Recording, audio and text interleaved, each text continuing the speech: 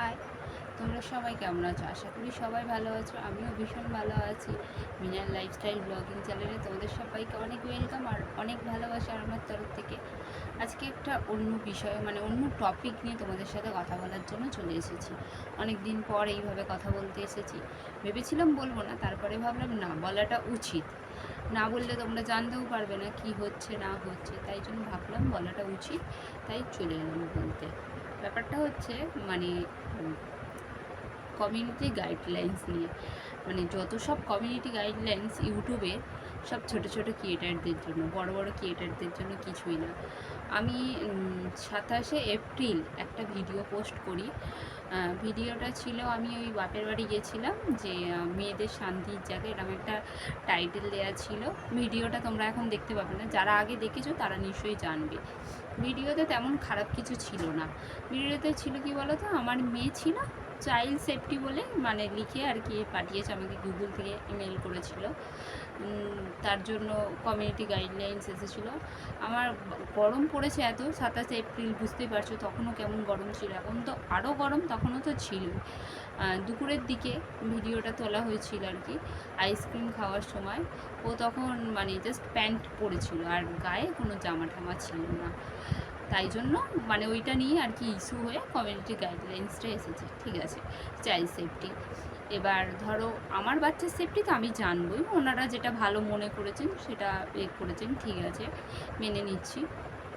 এবার আমি ওটার জন্য অ্যাপ্লাই করি।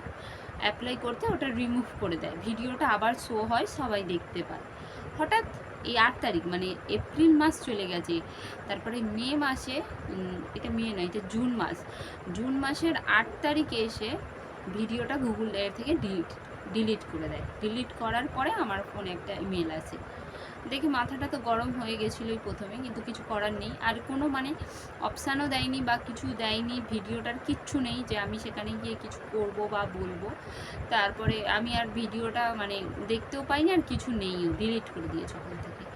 তারপরে ভাবলাম যে ভিডিওটা নিয়ে তোমাদের কিছু বলবো, কিন্তু আমার বাড়িতে অনুষ্ঠান ছিল, বক্স টক্স বাজছিল, একটা আমরা যেই বাড়িতে আর কি থাকি, ওদের ভাত বাড়ি ছিল তাদের বাড়িতে, তো এখানে বক্স টক্স বাজছিল বলে আমি একদম ভিডিও করতে পারিনি।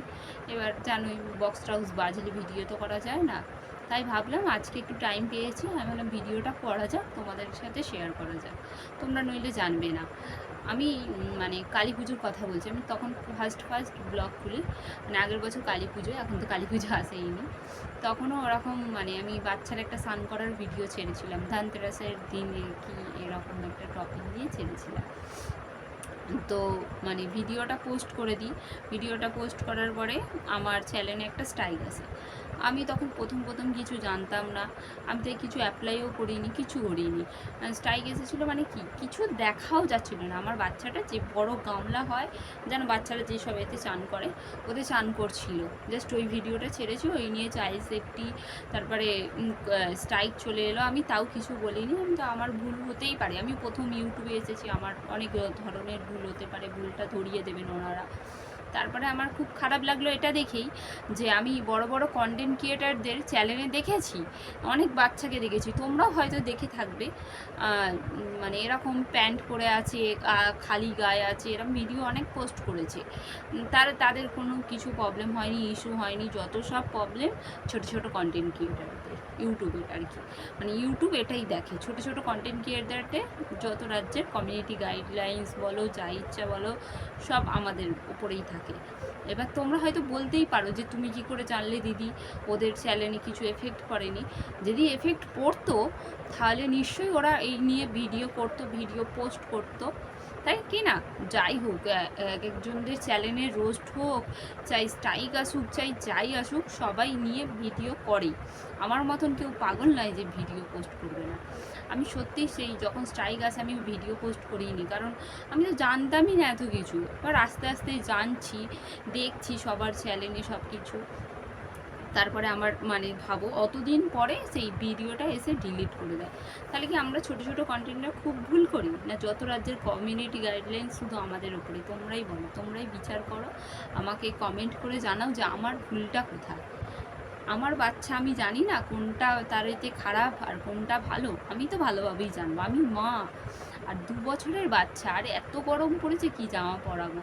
বলেছে যে এরকম ধরনের ভিডিও আর দেবে না, আমিও আর দেবো না, হয়তো আমার ভুল হয়েছে, ঠিক আছে আমি মেনে নিচ্ছি। বাট এতদিন পরে ভিডিওটা ডিলিট করার কী ছিল আমি বুঝতে পারলাম না। ব্যাপারটা সত্যিই আমার কাছে ক্লিয়ার নয়, জানি না কি ভুল হয়েছে, হয়তো আমি হয়তো বেশি বক বক করছি তোমাদের, তোমরা প্লিজ জানিও। আমি ভেবেছিলাম করব না, কিন্তু তাও করলাম, না জানালে হবে কি করে। আমার যে 100টা সাবস্ক্রাইবার আছে তাদের তো জানা উচিত যে আমার সাথে কি হচ্ছে না হচ্ছে, আমার চ্যানেলে কি এফেক্ট করছে। তোমরাও তো আমার পরিবারের সদস্য হয়ে গেছো, আমার কি হচ্ছে না হচ্ছে তোমাদের সাথে সবটাই শেয়ার করছি, যতটা পারি শেয়ার করি। ছোট বাচ্চা নিয়ে সবসময় তো ভিডিও করতে পারি না, তো তোমরা প্লিজ ভিডিওটা দেখো স্কিপ না করে, আমি কি বলতে চাইছি আমার কথাগুলো শোনার চেষ্টা করো, বোঝার চেষ্টা করো, এইটাই তোমাদের কাছে রিকোয়েস্ট। তোমরা বিচার করো, তোমরা আমাকে কমেন্ট করে জানাও আমার কি ভুল আছে না আছে, আর আমি স্ক্রিনশটগুলো দিয়ে দিচ্ছি, তোমরা একটু দেখে নিও, ঠিক আছে? আমাকে কি কি মেল করেছিল তোমরা দেখে কমেন্ট করে জানিও আমার ভুলটা কোথায়, ঠিক আছে? ওকে, ভালো লাগলে চ্যানেলটিকে সাবস্ক্রাইব করো, আমাকে সাপোর্ট করো। ওকে, আজকের মতন এইটুকু, টাটা।